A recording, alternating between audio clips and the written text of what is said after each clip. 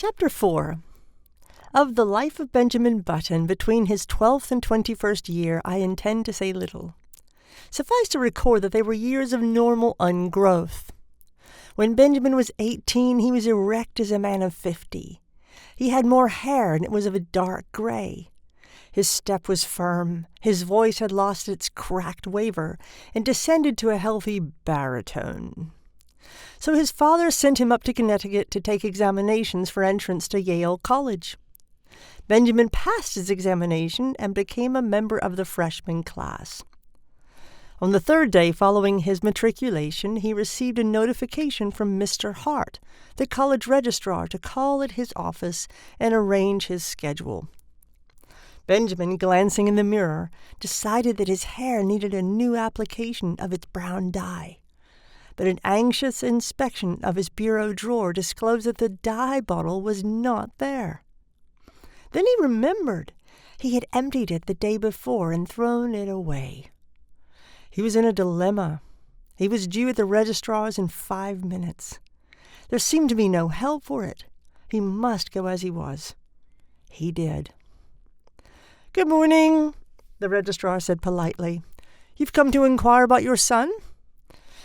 "Why, as a matter of fact, my name's Button," began Benjamin, but Mr. Hart cut him off. "I'm very glad to meet you, Mr. Button. I'm expecting your son here any minute." "That's me," burst out Benjamin. "I'm a freshman." "What?" "I'm a freshman." "Surely you're joking." "Not at all." The registrar frowned and glanced at a card before him. "Why, I have Mr. Benjamin Button's age down here as 18. "That's my age," asserted Benjamin, flushing slightly. The registrar eyed him warily. "Now, surely, Mr. Button, you don't expect me to believe that." Benjamin smiled wearily. "I'm 18, he repeated. The registrar pointed sternly to the door. "Get out," he said. "Get out of college and get out of town. You're a dangerous lunatic." "I'm 18. Mr. Hart opened the door. "The idea!" he shouted. "A man of your age trying to enter here as a freshman. 18 years old, are you? Well, I'll give you 18 minutes to get out of town." Benjamin Button walked with dignity from the room, and half a dozen undergraduates who were waiting in the hall followed him curiously with their eyes.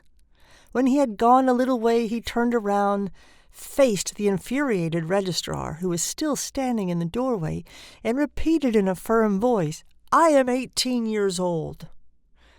To a chorus of titters which went up from the group of undergraduates, Benjamin walked away. But he was not fated to escape so easily. On his melancholy walk to the railroad station, he found that he was being followed by a group, then by a swarm, and finally by a dense mass of undergraduates. The word had gone around that a lunatic had passed the entrance examinations for Yale and attempted to pawn himself off as a youth of 18. A fever of excitement permeated the college. Men ran hatless out of classes. The football team abandoned its practice and joined the mob. Professors' wives with bonnets awry and bustles out of position ran shouting after the procession, from which proceeded a continual succession of remarks aimed at the tender sensibilities of Benjamin Button. "He must be a wandering Jew." "He ought to go to prep school at his age." "Look at the infant prodigy." "He thought this was the old men's home." "Go to Harvard." Benjamin increased his gait, and soon he was running. He would show them he would go to Harvard, and they would regret these ill-considered taunts. Safely on board the train for Baltimore, he put his head from the window. "You'll regret this," he shouted. "Ha, ha!" The undergraduates laughed. "Ha, ha, ha!" It was the biggest mistake that Yale College had ever made.